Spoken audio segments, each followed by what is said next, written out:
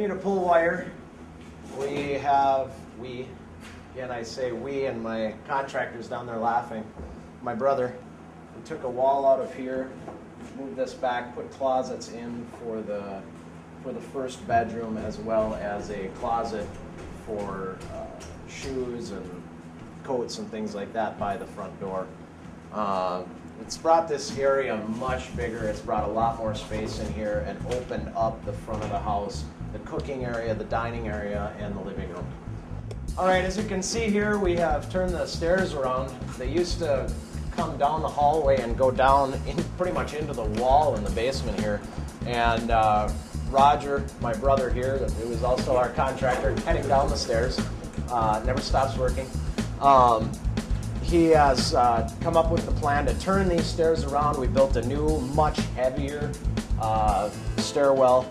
We're going to widen this door out. I believe we're going to put a 36-inch door here so that we can get appliances. We can get everything downstairs that's needed. Be a nice flow into the basement here.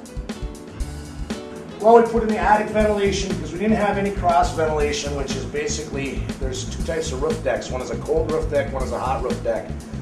In a hot roof deck, you've got heat that actually goes all the way to the roof decking. In a situation like this, you got a cold roof deck because you want a cold space between your ceiling height and your actual finished height of the roof. And this house didn't have any cross ventilation from the eaves to the roof, which trapped all the moisture in the living space, which ultimately led to the demise of a lot of the property, because what we had moisture in the basement, couldn't get out through any exits in the roof. Everything was trapped at the roof envelope. That's why we had all the rusted nails. That's where we had the molding. That's where we had a lot of the problems. So as a part of the remodel, we're going through and addressing any structural issues or failures and making sure that we address those. We have some new subfloor in. I'm not sure if this was done last time we talked, but we put in a 3/4 inch sturdy floor, which is it's a interlocking plywood. It's much sturdier than an OSB, which is an oriented strand board. That's a chipboard. I'm sure many people have seen that. What that is glued together wood chips, basically compressed.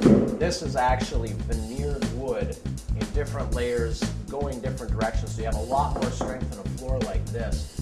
This, again, we've got the Kohler fixtures, the Kohler tub and surround.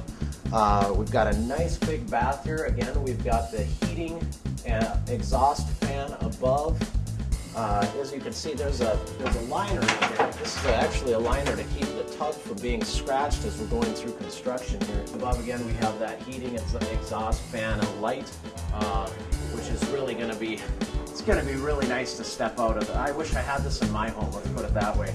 Step out of the tub and you've got a nice warm air blowing down on you, as well as you've got an exhaust fan sucking out the moisture. All new electrical, as you can see.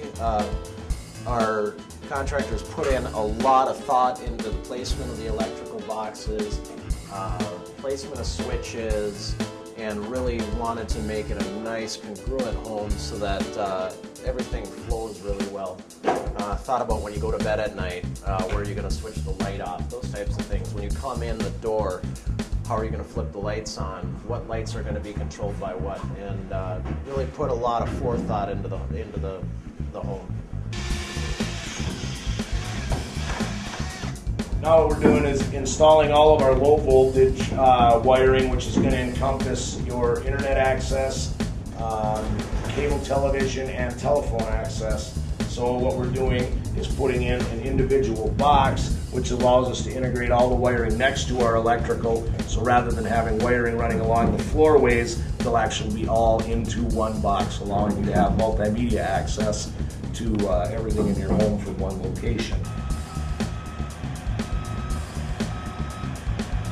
My name is Tony Frazzi. I'm with Basement Savers, Incorporated out of Duluth. It's not core filled. In northern Minnesota, when you get the frost, it pushes the walls in. There's no way to fix this. This whole wall around this whole addition here is coming out, and block layers are coming in tomorrow to relay it. So that's what you got to do, and that's what happens when you don't core fill and do it properly the first time.